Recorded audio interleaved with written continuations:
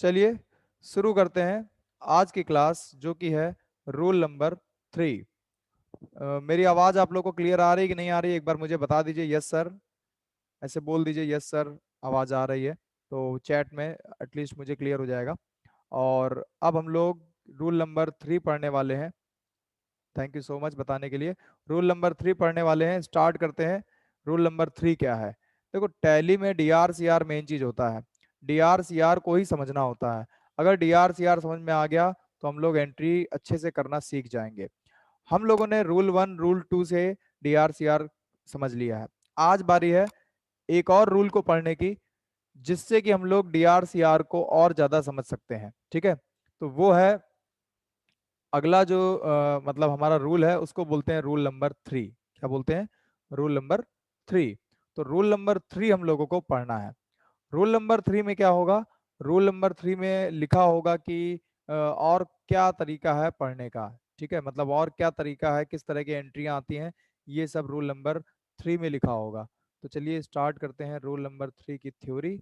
Rule number 3,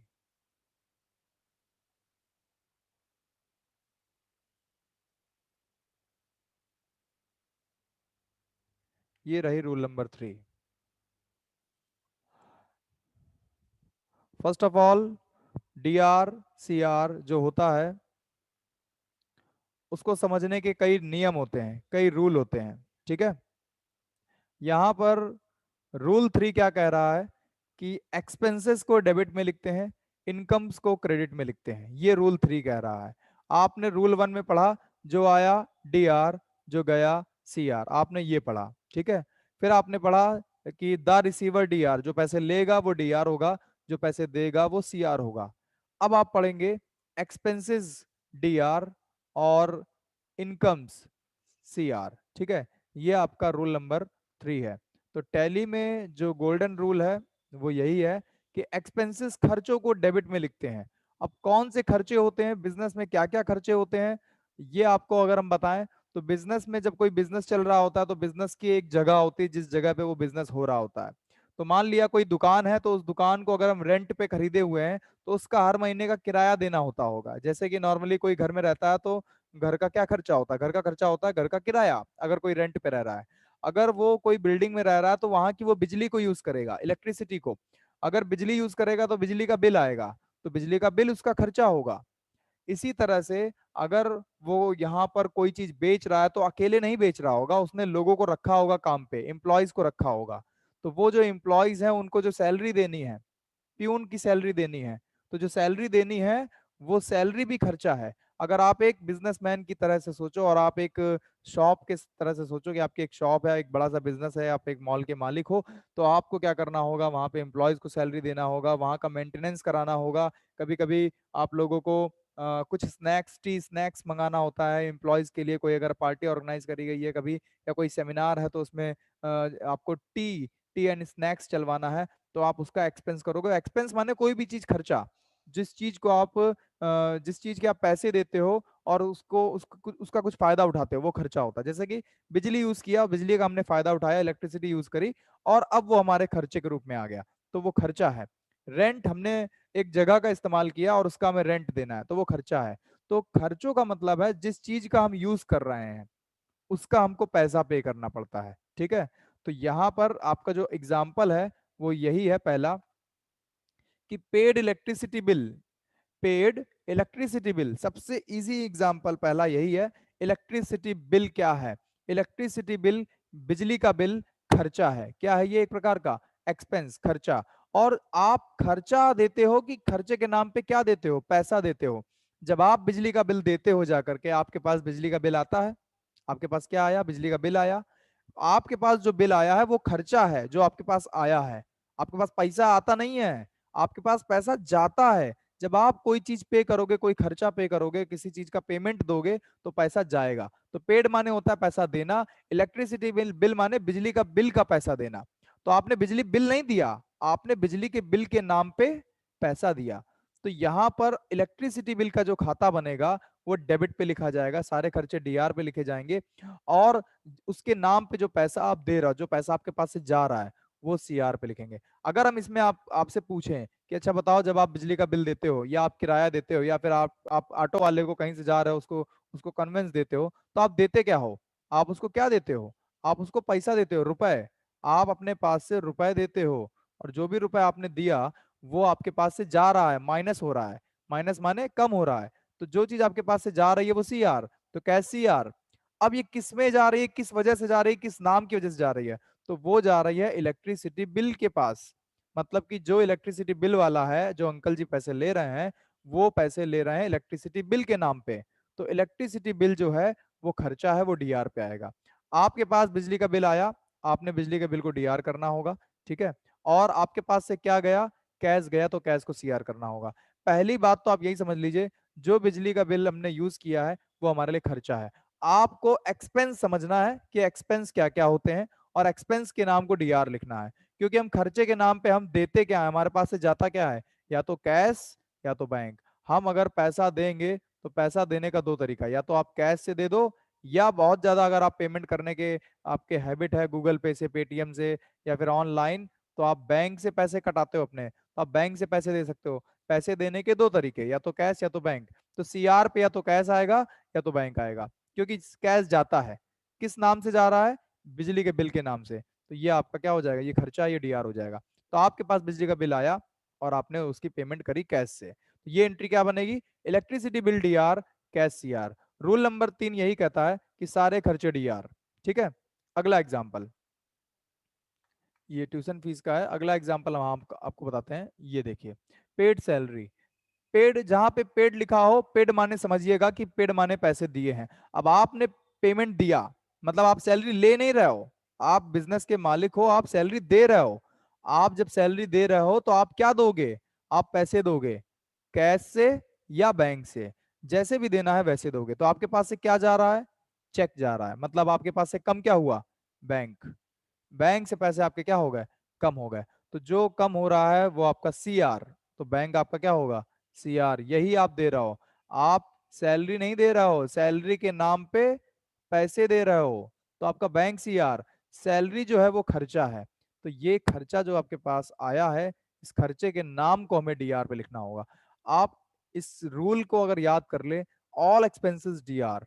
all expenses मतलब सारे खर्चे डीआर। अब खर्चे क्या क्या होते हैं? सैलरी होता है। आपके खर्चे क्या है? आपका खर्चा होगा मोबाइल का बिल। आप नॉर्मली मोबाइल रिचार्ज करवाते होगे, तो आपका मोबाइल का बिल जो है वो आपके लिए क्या है? खर्चा है।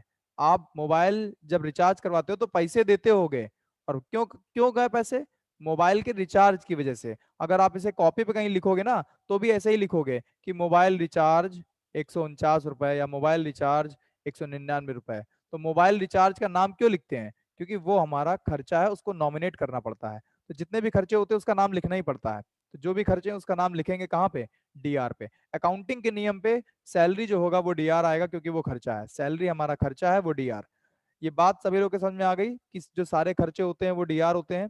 और यहाँ पर सैलरी डीआर हुई है, और सीआर पे क्या हुआ? बैंक। क्योंकि आपके पास से पैसे कहाँ से गए हैं? चेक से। चेक का मतलब पैसे जा कहाँ से रहे हैं? पैसे बैंक से जा रहे हैं। तो उम्मीद करते हैं कि आप लोगों को ये एग्जाम्पल समझ में आ गया होगा। तो खर्चे कितने होते हैं? खर्चे कितने होते हैं?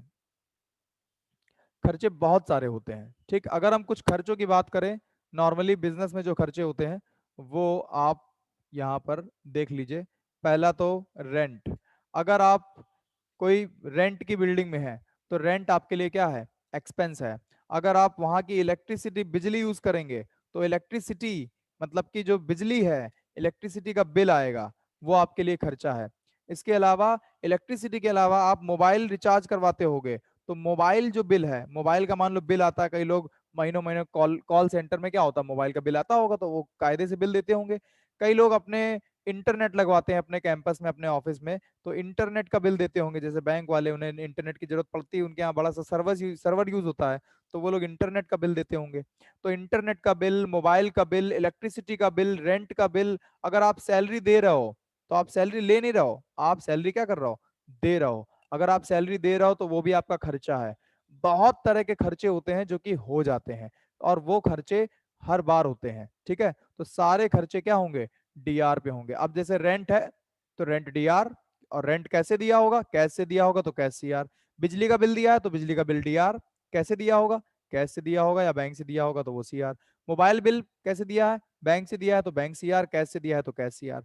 कुल मिला के जितने भी खर्चे हैं, ऑल एक्सपेंसेस डी आर, सारे खर्चे जो होते हैं वो कहाँ आते हैं? डी आर पे आते हैं। ये जितने भी खर्चे मैंने लिखे हैं ये कुछ नॉर्मल खर्चे हैं जिनके मैंने यहाँ पे नाम लिख दिए हैं। ठीक है, ताकि आप लोग कल को जब कोई एंट्री आपको मिले, कोई आपके पास एंट्री आए खर्चे की, तो आप उसको डीआर पे लिख सको। रेंट को डीआर पे लिखिएगा, इलेक्ट्रिसिटी बिल को डीआर पे लिखिएगा, मोबाइल बिल को डीआर पे लिखिएगा, इंटरनेट बिल को डीआर पे लिखिएगा, सैलरी को डीआर पे लिखिएगा। ये सब डीआर पे लिखिएगा। क्यों? क्योंकि ये आपके पास से नहीं जा रहे हैं, ये तो आपके पास आ रहे हैं। ये सारे खर्चे आपके पास आते हैं। इनके नाम पे जाता क्या है? जाता है आपके पास से कैश। क्या जाता है? कैश जाता है, मतलब पैसा। अब पैसे जाने के दो तरीके, या तो कैश या तो बैंक। मतलब आप या तो कैश दे सकते हो या फिर चेक से पैसे दोगे तो आपका बैंक सीआर होगा। सीआर पे दो ही चीजें होंगी, या तो कैश या तो बैंक। और जब कैसे पता चलेगा कि ये सारे खर्चे जो हैं ये हम दे रहे हैं? तो एंट्री में साफ साफ लिखा होगा पेड। क्या लिखा होगा वहां पे?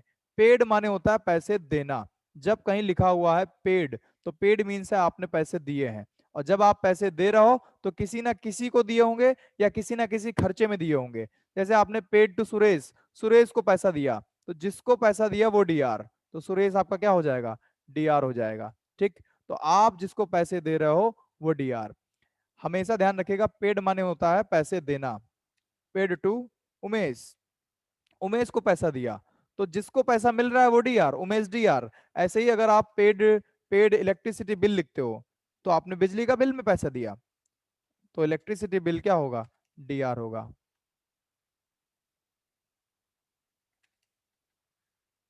इलेक्ट्रिसिटी बिल अगर पे किया है तो इलेक्ट्रिसिटी बिल डीआर होगा।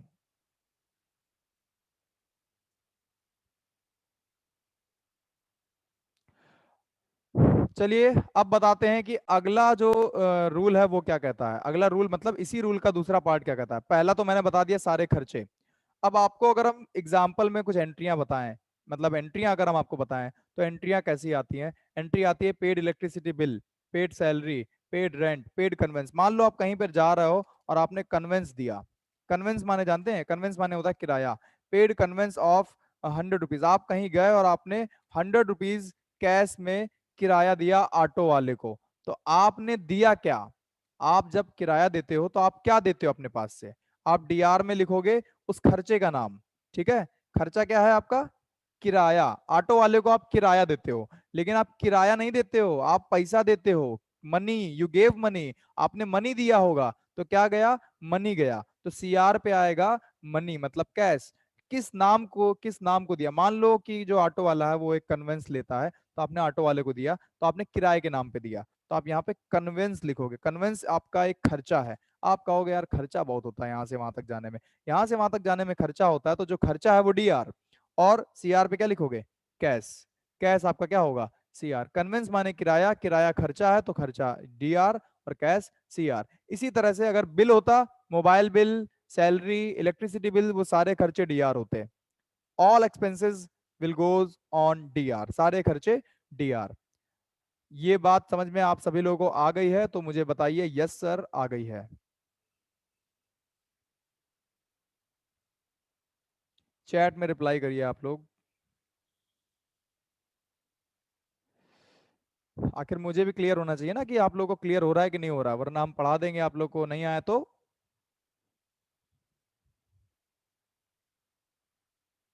ओके, जितने भी स्टूडेंट्स हैं सबके सब चैट में रिप्लाई करें। समझ में आ रहा है बच्चों? Okay, very good. अब इसका दूसरा हिस्सा, मतलब कि दूसरा पार्ट।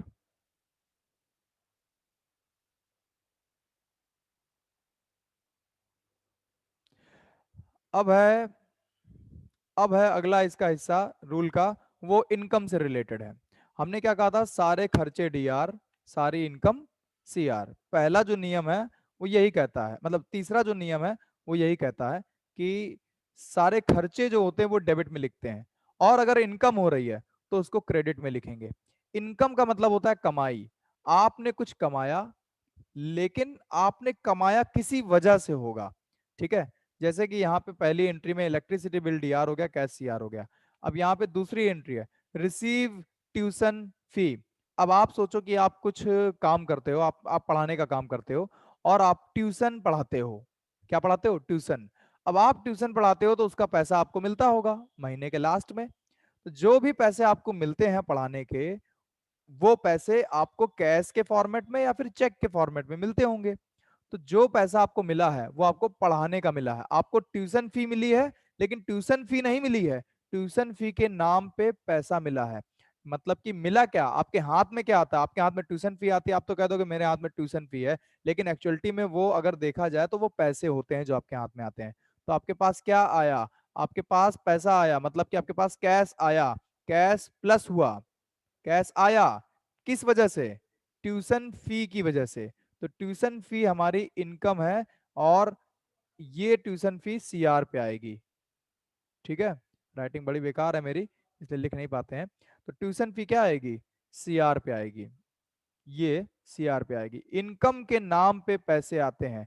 आया क्या? प्लस क्या हुआ? कैश हुआ। हमारे पास क्या आया? कैश आया। किस वजह से आया? इनकम की वजह से आया। ट्यूशन फी हमारी इनकम है, ये हमारी ट्यूशन फीस है जो आई है। तो आप जब पैसे लेते हो तो कैश को डीआर पे लिखते हो। यहां पे देखो क्या आया? कैश आया। आपने क्या दिया था? ट्यूशन दिया था, मतलब पढ़ाया क्या था? ट्यूशन पढ़ाया था।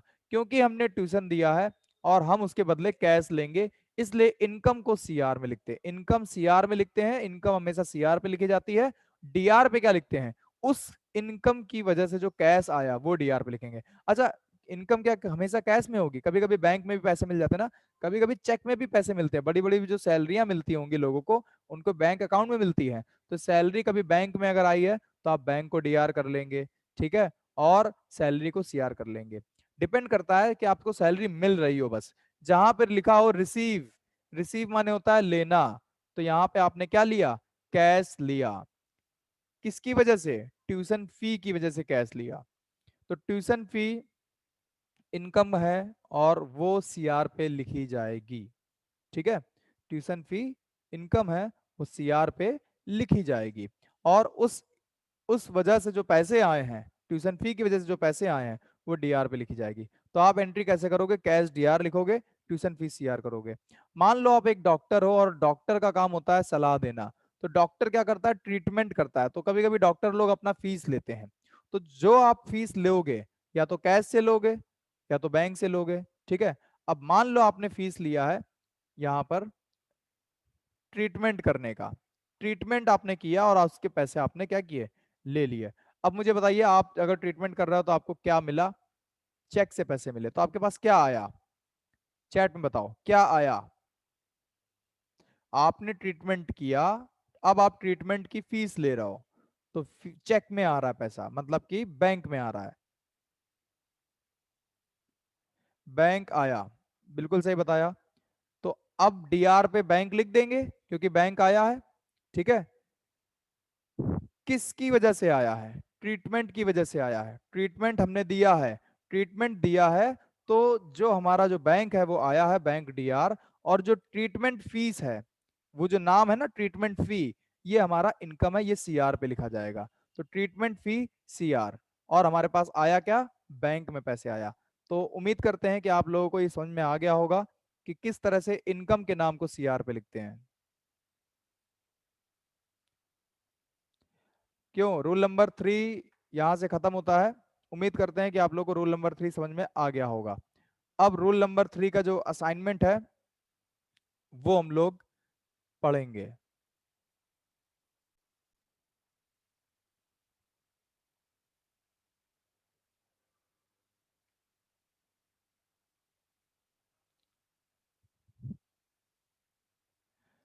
देखिए, आप लोगों के लिए असाइनमेंट है रूल नंबर 3 का। रूल नंबर 3 में आपको पहले तो ये पता करना होगा कि क्या आपके लिए खर्चा है, क्या आपके लिए इनकम है। अब इस असाइनमेंट में पहली एंट्री में रिसीव लिखा है। अब आप सभी लोग समझ लीजिए, रिसीव माने क्या होता है? लेना। जब जब एंट्री में कहीं लिखा हुआ है रिसीव, रिसीव माने आपने लिया। अब आपने रिसीव किया है तो पैसे लिए हैं, किसकी वजह से? कंसल्टिंग फीस की वजह से। क्या लिया है? कैश। तो आपके पास क्या आएगा? कैश आएगा। क्यों लिया कैश? क्योंकि आपने कंसल्ट किया है। कंसल्ट कौन करता है? कंसल्ट डॉक्टर करते हैं। डॉक्टर को परामर्श शुल्क बोलते हैं। जैसे ट्रीटमेंट करता है डॉक्टर तो ट्रीटमेंट का चार्ज ले लिया। कंसल्ट कुछ लोग क्या करते हैं? कंसल्ट करते हैं, मतलब परामर्श करते हैं, सिर्फ बताते हैं कि आपको क्या रोग है, क्या दिक्कत है, और दवा लिख देते हैं। तो उनका जो चार्ज होता है उसको बोलते हैं कंसल्टिंग चार्ज, कंसल्टिंग फीस। तो डॉक्टर जो फीस ले रहा है वो कंसल्टिंग चार्ज ले रहा है, ठीक है। तो ये, आप मान लो आप एक डॉक्टर हो और आपको कंसल्टिंग फी मिल रही है, आपको रिसीव हो रहा है, कैश रिसीव हो रहा है, कैश मिल गया, ठीक है। किस वजह से मिला? कंसल्ट करने की वजह से, सलाह देने की वजह से। तो कंसल्टिंग फी आपकी इनकम है। तो आप ऐसा समझिए, जहां जहां रिसीव लिखा है वहां वहां, जहां जहां रिसीव लिखा है वो इनकम है। जहां जहां क्या लिखा हुआ है? रिसीव लिखा हुआ है, वो इनकम है।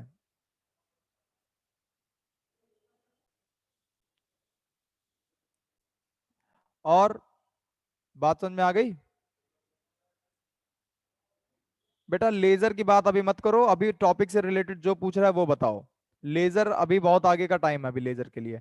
अभी बस इतना बताओ कि एंट्री में ये रिसीव कंसल्टिंग फी वाली एंट्री क्या बनेगी, रिसीव कंसल्टिंग फी वाली एंट्री ये क्या बनेगी, रिसीव ट्यूशन फी वाली एंट्री ये क्या बनेगी। चैट में बताओ। यहाँ पे आपके पास कैश आया है, यहाँ पे आपके पास चेक आया है। जो जो एंट्री आपको दिख रही है इनकम वाली, उसकी बात मैं कर रहा हूं। एक ये एंट्री, एक पहली एंट्री, और एक और entry.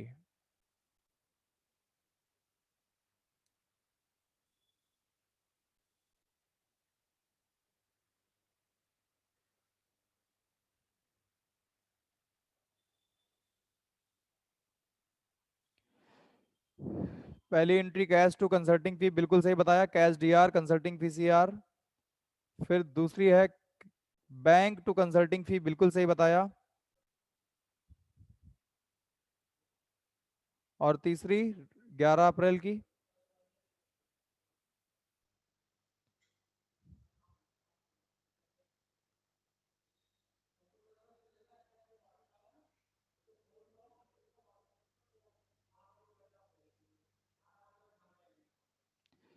Cash to tuition fee.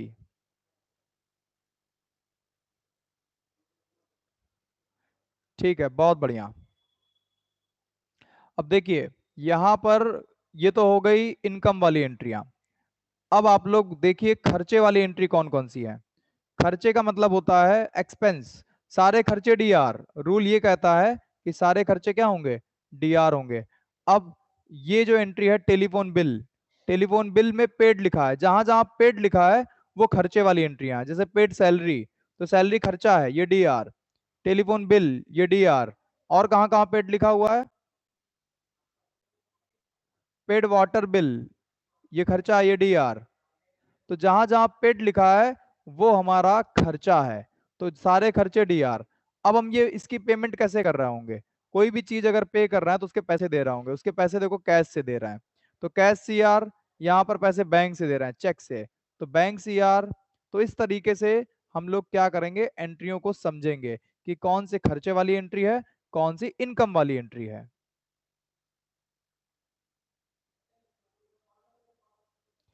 तो यहाँ पर आप लोगों को हम दिखाने जा रहे हैं असाइनमेंट नंबर 5 की जो एंट्रियां हैं वो कैसे बनेंगी।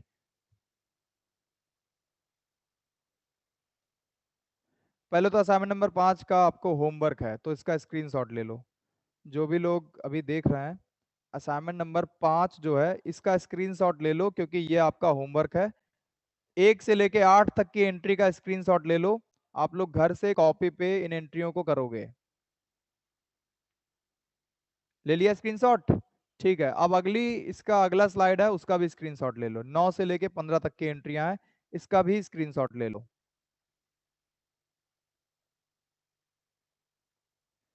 हाँ टेलीग्राम पे मिल जाएगा आप लोगों को ये असाइनमेंट, ठीक है। बट स्क्रीनशॉट ले लीजिए, मे भी अपलोड ना हुआ हो।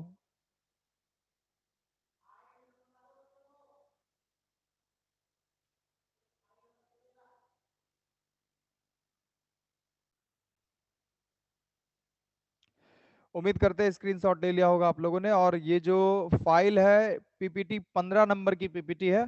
आप 15 नंबर की पीडीएफ फाइल को जाके ढूंढेंगे, ठीक है, और ये आपको मिल जाएगी।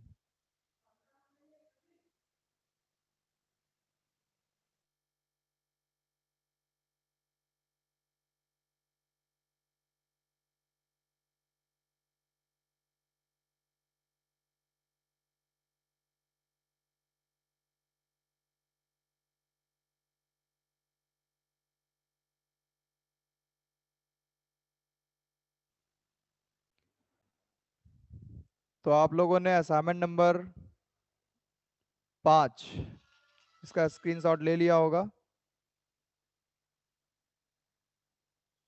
ले लिया स्क्रीनशॉट? चैट में बता दो।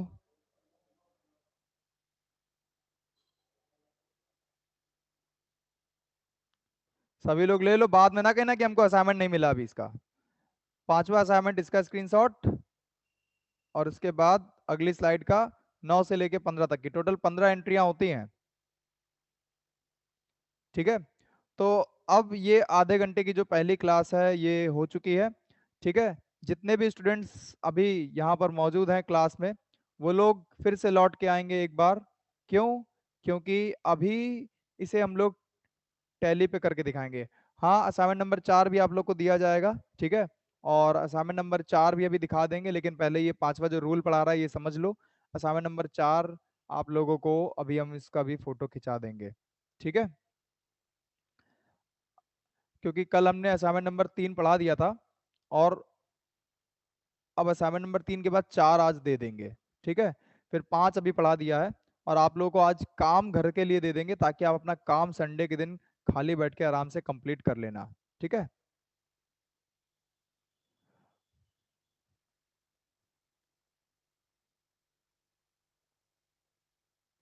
जो फर्स्ट टाइम आए हैं, पहली बात तो वो गलत क्लास में आ गए हैं, क्योंकि फर्स्ट टाइम की जो क्लास है वो 12 बजे से लगने वाली है। तो आप 12 से 2 की क्लास में आए कृपया, जो पहली बार आए हैं, ठीक है। तो जो भी लोग फर्स्ट टाइम आए हैं वो 12 बजे की क्लास में आए, 12 से 1 बजे की आज की पहली क्लास होनी है। तो जितने लोग पहली क्लास वाले हैं उनका स्वागत तो है, लेकिन अगर उन्हें समझ में नहीं आ रहा है तो ये उनकी समस्या है, क्योंकि वो गलत बैच में आ गए हैं। ये जो बैच है ये आपका नया बैच नहीं है, नया बैच आपका है 12 बजे से। तो प्लीज उसमें आइएगा, ठीक। और जो लोग पहले से पढ़ रहे हैं उन लोगों के लिए ये है कि वो लोग असाइनमेंट नंबर 5 अभी जो मैंने बता दिया है, इसकी एंट्री टैली पे करना अभी हम सिखाने जा रहे हैं, उसको आप लोग अभी करिएगा। रही बात रिवीजन की, तो रिवीजन आपको मिल जाएगा, ठीक है। आपको टेलीग्राम के चैनल पे वीडियो भी मिल जाएंगे मेरी क्लास के, उसको देखते रहा करो, ठीक है। और जो नए स्टूडेंट हैं वो लोग 12 बजे जरूर आए। अभी की क्लास कम समझ में आएगी, 12 बजे आइएगा।